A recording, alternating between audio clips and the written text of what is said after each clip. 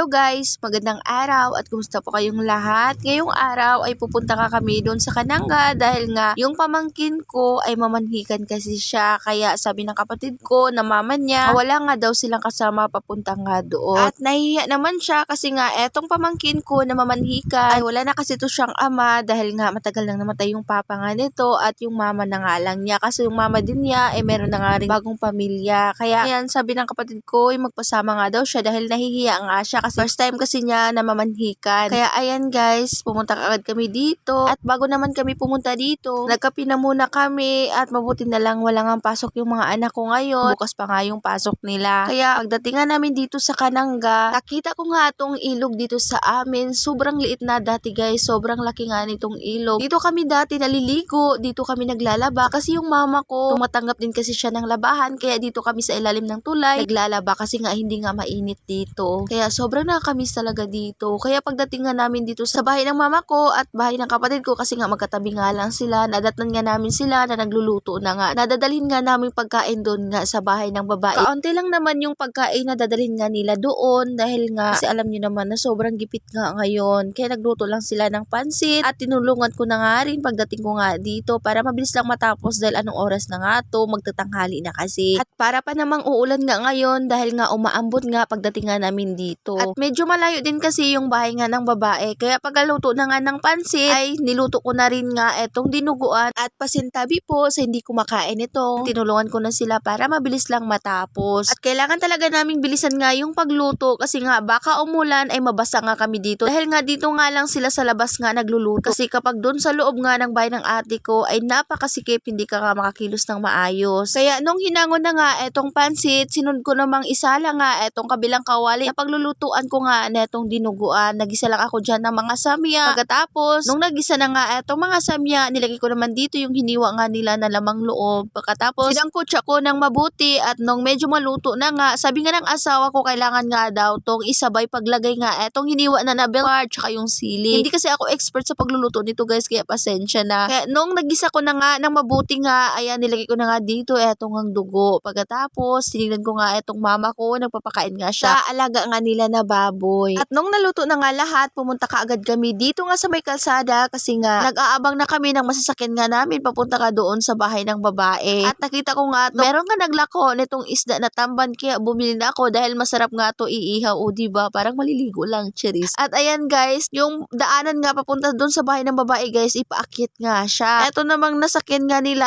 etong badya kasi tawag dito sa amin ng ganyan. Hindi nga siya masyadong makaakyat doon sa mataas na talaga guys, kaya yan bumaba na nga yung mga kapatid ko at yung mga sumama. Yan bumaba na nga sila para naman yung badya ay makaakyat nga doon sa itaas at hindi nga umatras. Kaya yung naiwan nga doon sa badya, yung papa ko kasi nga hindi nga siya pwede maglakad dahil napakahina nga niyang maglakad. At siya na yung naghawak nga sa iba pang dala nga doon na pagkain. Maya lang nakarating na kami dito sa bahay ng babae at ganito nga yung lugar nila guys. Ayan, sobrang napakatahimik at sobrang napakalamig, presko talaga yung hangin. Kaso nga lang yung mahirap sa kanila dito wala nga silang tubig at malayo nga yung iigiban nga nila ng tubig at yung ginagawa nila dito kapag umuulan ay nagsasahod na lang sila ng tubig ng ulan para panglinis naman nila at saka yung pang nga dito sa banyo. At pagpasok nga namin dito sa loob, eto yung mama ng babae kausap ng kapatid ko. Pagkatapos wala din kasi yung papa ng babae nga dito dahil doon nga sa Maynila nagtatrabaho. Kaya yung nandito lang sa kanila, eto nga mga tsuhin niya, pagkatapos yung lula at yung mama niya. At maya lang lumabas nga ako at nagpapapoy nga ako para maluto kagad namin etong isda na nabili namin. Iihawin kasi namin to. At nung nag-apoy na nga yung pinabaga ko na kahoy, ayan, nilagay kagad namin etong mga isda para maluto na. At maya lang nagsidating na kasi yung ibang mga bisita nila. Kaya ayan, pumasok na kami sa loob pagkaluto nga netong isda at para nga makapag-usap na. At mabuti na lang, etong nga mga tsuhin ng babae ay kakilala nga ng papa ko. Kaya ayan, mabilis lang natapos at maya lang hindi na kami nagtagal nga dito dahil nga umulan at kasama pa naman namin si Cheryl. Kaya umuwi kagad kami ng Ormoc dahil nga may pasok pa nga yung asawa ko sa trabaho kasi panggabi naman yung duty niya. Kaya ayan guys, dating nga namin dito sa bahay, inasikaso ko na kaagad yung lulutuin ko na ulam namin ngayong hapunan. Ayan, naghiwa lang ako ng kamatis at saka sibuyas kasi nga eto talaga yung paborito ko ng sausaw. At magpiprito din kasi ako ng manok. Kaya ayan guys, nalagyan ko na yung manok guys na breading mix. Kaya nagpapapoy kagad ako para naman makaluto kagad ako. At nung umapoy na nga, sinalang ko naman etong kawali. At mabuti na lang talaga ay meron nga kaming solar nga dito sa labas. Kaya kaya ayan, hindi ako nahihirapan nga magluto kasi kapag wala nga kaming sulat, ay nako, mahihirapan talaga ako pagluto kasi madilim nga. Wala pa kasi akong pambili ng gasol kaya ayan, tiis-tiis na muna. Importante meron nga tayong maluluto. At pagkatapos naman nung nakaluto na nga ako at nakakain na nga kami, eto namang dalawa kong anak, ayan, nag-aaway na sila kasi nag-aagawan nga sa remote ng TV. At eto nga si Cheryl, ayan, napakapikunin nga nitong batang to. At yan lang muna for today's video. Maraming salamat po sa inyong panonood. God bless.